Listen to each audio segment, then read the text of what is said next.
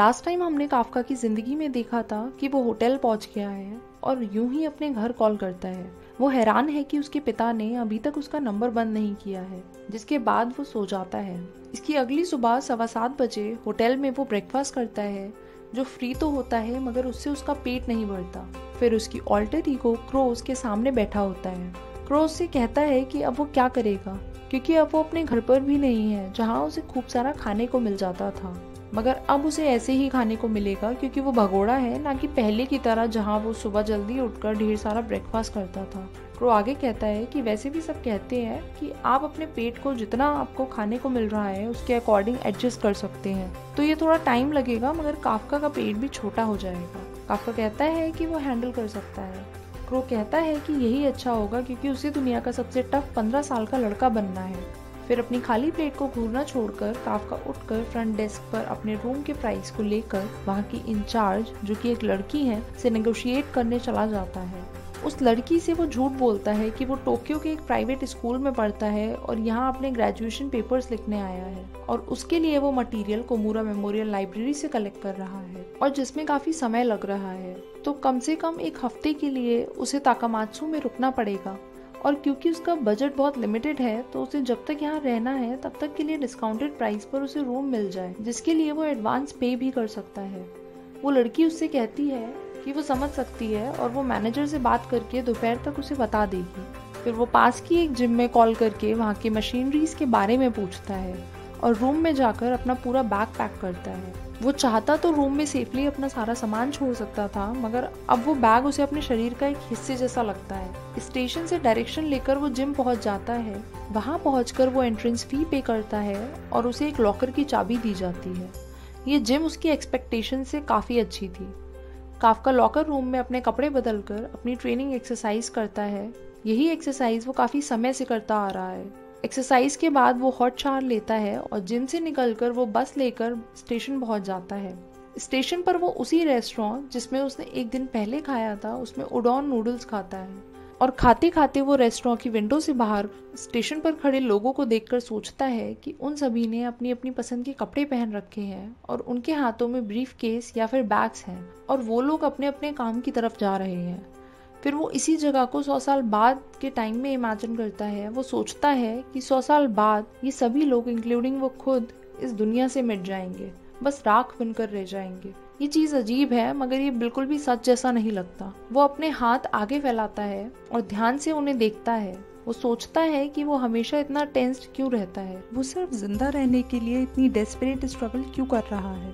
फिर वो अपनी नजरें विंडो से हटा लेता है और अपना ध्यान भटकाने के लिए बुक्स और जिम के बारे में सोचने लगता है।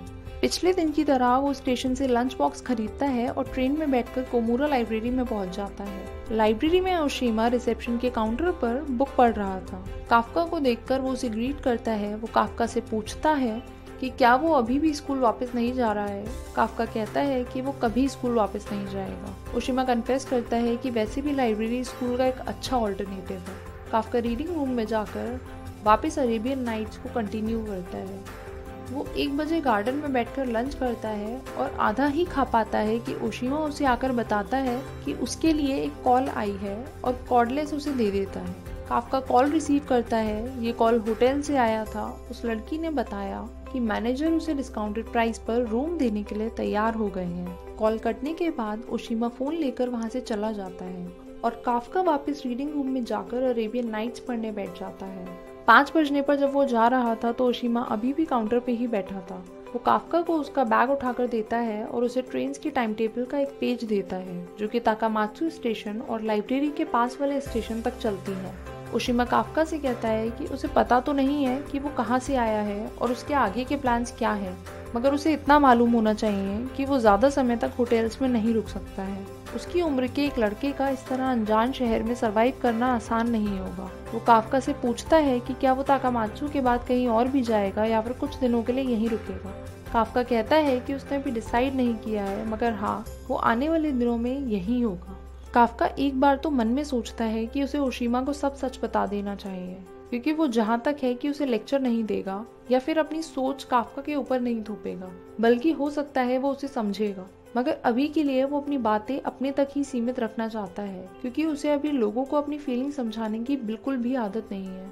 ओशीमा पूछता है कि क्या वो खुद से ये सब मैनेज कर सकता है। काफका हाँ में सर हिला देता है। अगले 7 दिनों तक वो इसी तरह रूटीन फॉलो करता है, सिर्फ मंडे को छोड़कर, क्योंकि मंडे को कोमूरा लाइब्रेरी बंद होती है। इसलिए मंडे को वो एक दूसरी बड़ी पब्लिक लाइब्रेरी में जाता है।